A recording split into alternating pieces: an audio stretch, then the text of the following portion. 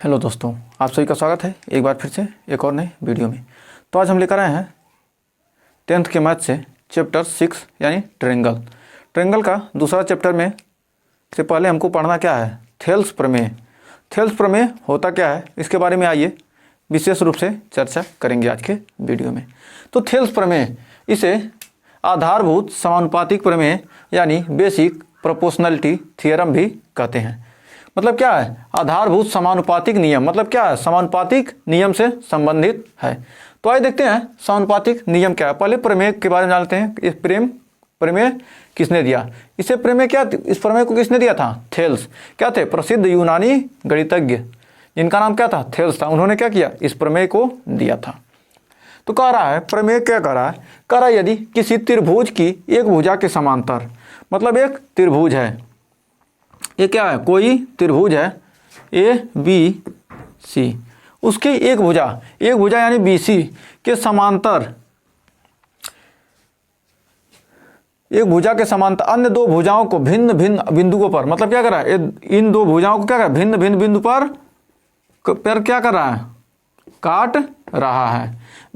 तो एक रेखा खींची जाए, मतलब एक रेखा खींची जाए तो ये अन्य दो भुजाएं एक ही अनुपात में होंगी। ये जो दोनों भुजाएं हैं, इन दोनों भुजा का और इन दोनों भुजा का अनुपात क्या होगा, समान हो जाता है। तो यही प्रमेय है, इसको सिद्ध करना है।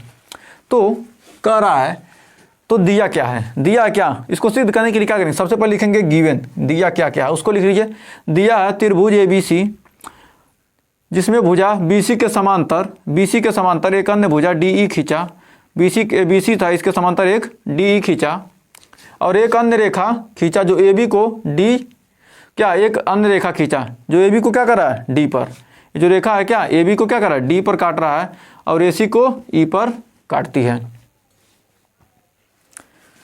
तो ये अब क्या कर रहा है, अब सिद्ध क्या करना, सिद्ध करना क्या, ए डी बटे डी बी बराबर ए ई बटे ई सी, यही क्या करना, सिद्ध करना है। तो सर्वप्रथम क्या किया, एक क्वेश्चन में नहीं था तो हमने बना दिया पहले से ही, तो आपको लिखवा देते हैं। क्या सर्वप्रथम क्या किया, सर्वप्रथम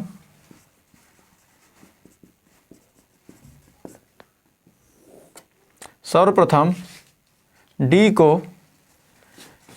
को सी से मिलाया, डी को सी से व ई को बी से मिलाया, ई को बी से मिलाया, ई को क्या किया, बी से मिलाया।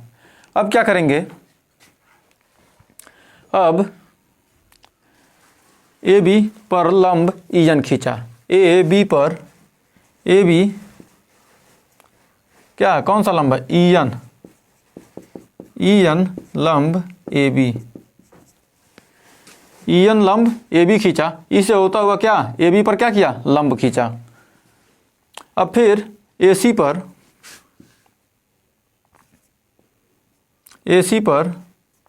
क्या है, डी एम लंब किस पर है, ए सी पर।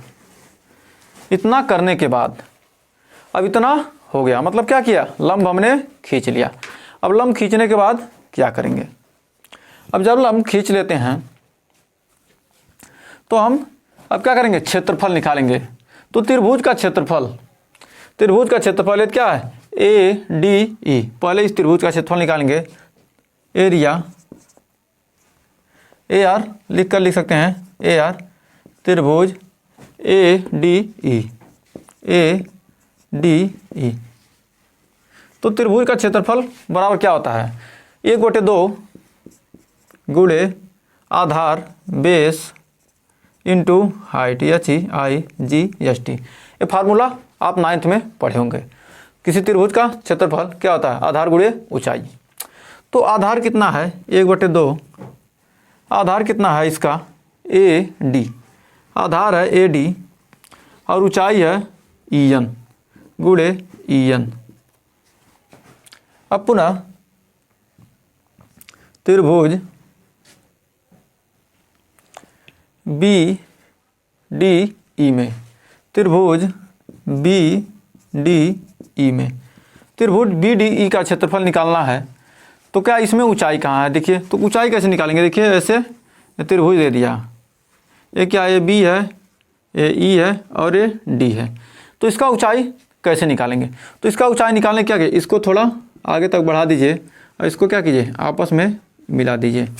तो क्या हो जाएगा, यही आपका हाइट निकल कर आ जाएगा। तो हाइट क्या है, ए एन है, तो ई एन। तो क्या लिखेंगे, 1/2 बी डी चाहे डी बी गुणे ई एन, डी बी गुणे ई एन, ए एरिया, डी बी गुणे ई एन। समीकरण 1 हो गया, ये समीकरण 2 हो गया। समीकरण 1/2 से, समीकरण 1/2 से, समीकरण 1 में 2 से भाग दे देंगे तो आपका आ जाएगा एरिया त्रिभुज ए डी ई बटे एरिया ऑफ त्रिभुज बी डी ई बराबर 1/2 ए डी गुणे ई एन बटे 1/2 डी बी गुणे ई एन, डी बी गुणे ई एन, ई एन से ई एन कट गया, 1/2 से ए डी बटे डी बी, ए डी बटे डी बी आपका आ गया, ए डी बटे डी बी आ गया। अब देखते हैं नीचे हटेगा नहीं, ए डी बटे डी बी आ गया। अब देखिए, अब त्रिभुज किस में देखेंगे, अब त्रिभुज देखिए ए डी ई में, पुनः वही त्रिभुज देखिए, पुनः त्रिभुज ए डी ई में, त्रिभुज ए डी ई का क्षेत्रफल, त्रिभुज ए डी ई का क्षेत्रफल। अब त्रिभुज ए डी ई का क्षेत्रफल फिर निकालिए, तो क्या है, यदि आधार इसको मानते हैं, आधार इसको मानते हैं तो हो जाएगा 1/2 ए ई गुणे डी एम, ए ई गुणे डी एम। अब पूरा त्रिभुज सी डी ई में, अब त्रिभुज सी डी ई का क्षेत्रफल, त्रिभुज सी डी ई का क्षेत्रफल। अब सी डी ई का क्षेत्रफल निकालेंगे, तो सी डी ई का क्षेत्रफल निकालने के लिए अब क्या, ऐसे त्रिभुज बन गया सी ई डी।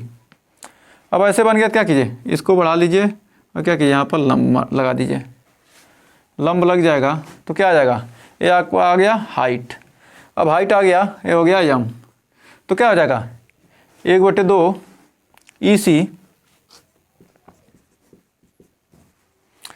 ई सी गुणे डी एम गुणे डी एम। ये समीकरण 3 हो गया ना, ये समीकरण 3 हो गया और ये हो गया 4। ऐसे लिख लीजिए 1 2 3, यहाँ लिखिए 1/2 3 4, ये समीकरण हो गया 5। समीकरण 4/5 से थोड़ा लंबा है, अटेगा नहीं, इसलिए हम थोड़ा छोटा छोटा लिख रहे हैं। तो समीकरण 4/5 से, समीकरण 4 में 5 से भाग देंगे तो त्रिभुज सी ए डी ई ए डी ई का क्षेत्रफल बटे त्रिभुज सी डी ई का क्षेत्रफल, सी डी ई का क्षेत्रफल अब हो जाएगा 1/2 ए ई गुणे डी एम बटे 1/2 ई सी गुणे डी एम। अब देखिए डी एम से डी एम कट गया, 1/2 से 1/2 कट गया, तो आपका आ चुका है त्रिभुज ए डी ई का क्षेत्रफल बटे त्रिभुज सी डी ई का क्षेत्रफल बराबर ए ई बटे ई सी, ए ई बटे ई सी। तो अब हम जानते हैं, अब इतना आ गया, आपका हो गया समीकरण नंबर 5। समीकरण 5 था, ये समीकरण हो गया 6। तो देखिए क्या करा, त्रिभुज क्या हो गया, अब ये मिल गया, समीकरण नंबर 6। अब देखिए त्रिभुज B D E, B D E और E D E C D E, त्रिभुज B D E, B D E व सी, त्रिभुज सी डी ई, सी डी ई दोनों के आधार समान हैं। दोनों के आधार क्या हैं? डी ई, डी ई है। और जो कि समांतर रेखा डी ई व बी सी, समांतर रेखा डी ई व बी सी के बीच बने दो त्रिभुज हैं। मतलब क्या है? ये दो समांतर रेखा, इनके बीच क्या बना? त्रिभुज है। ये दो समांतर रेखाएं, जब भी क्या हो, दो समांतर रेखाएं, उनके बीच कोई भी त्रिभुज बने, ऐसे बन जाए या ऐसे बने, उनका क्षेत्रफल क्या होगा? हमेशा समान होगा। कहीं भी बन जाए, क्षेत्रफल क्या होगा? समान होगा। तो हम कह सकते हैं क्या? तो हम कह सकते हैं एरिया त्रिभुज त्रिभुज बी डी ई बराबर एरिया ऑफ त्रिभुज सी डी ई। त्रिभुज सी डी ई, त्रिभुज क्या? बी डी ई का क्षेत्रफल और सी डी ई का क्षेत्रफल क्या होगा? बराबर होगा। तो इसको समीकरण नंबर मान लीजिए 7। तो हम क्या कर सकते हैं?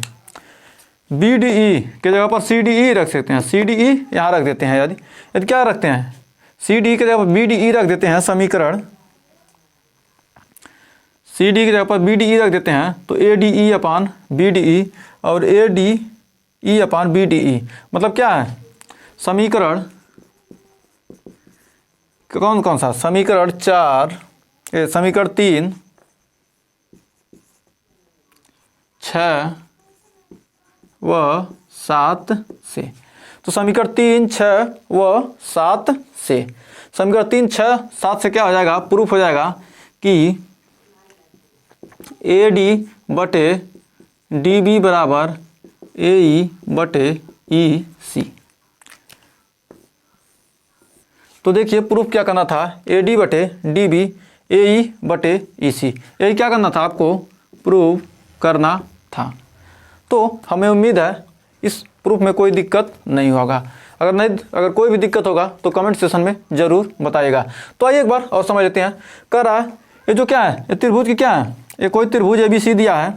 त्रिभुज सर्वप्रथम क्या किया? त्रिभुज ए बी सी दिया था, एक समांतर रेखा खींच दिया डी, जो क्या ए बी और बी सी को क्या ए बी और ए सी को क्या डी और ई पर काट रहा है। अब त्रिभुज ए बी रेखा पर एक लंब ई एन खींच लिया और ए सी पर एक लंब डी एम खींच लिया। अब खींचने के बाद क्या करेंगे?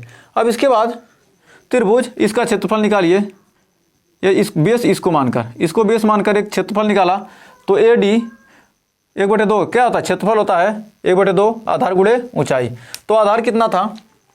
आधार है ए डी को मानते हैं तो क्या ऊंचाई है? ई एन, ए डी गुणे ई एन। समीकरण 1 नंबर मान लिया। अब फिर त्रिभुज बी डी ई का क्षेत्रफल निकाला। तो बी डी ई का क्षेत्रफल निकाला तो क्या हो गया? ये त्रिभुज यहाँ से क्या एक लंब डाल दिया तो लंब हो गया ई एन और आधार हो गया डी बी। डी बी पर है लंब ई एन, तो डी बी पर ई एन आ गया, डी बी गुणे ई एन। समीकरण नंबर 2। अब समीकरण 1 और 2 को क्या किया? भाग दिया तो ए डी बटे डी बी आ गया।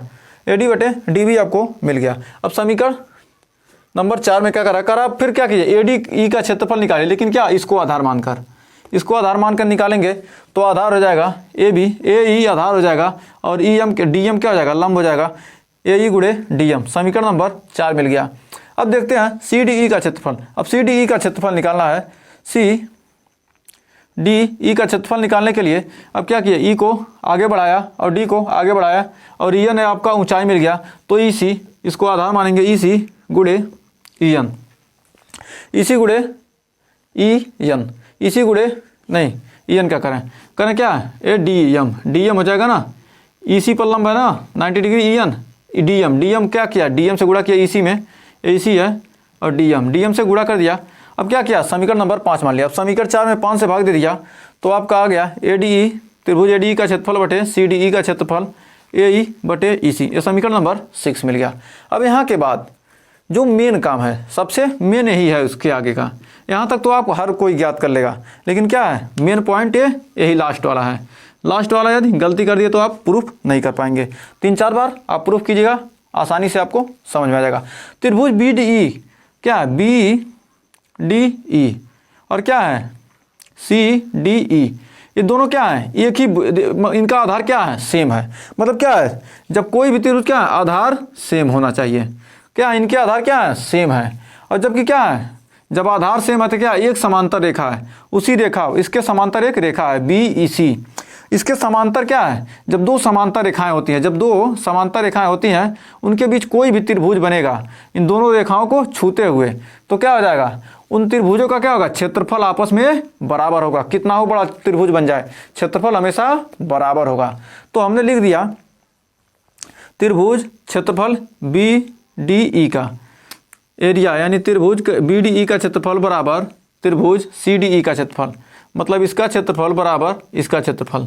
मतलब क्या, दो समांतर भुजाओं के बीच बने त्रिभुज का क्षेत्रफल क्या होता है आपस में बराबर। तो समीकरण नंबर हमको मिल गया था 7। अब समीकरण नंबर 7, तो समीकरण 4, 6 नहीं, समीकरण 3,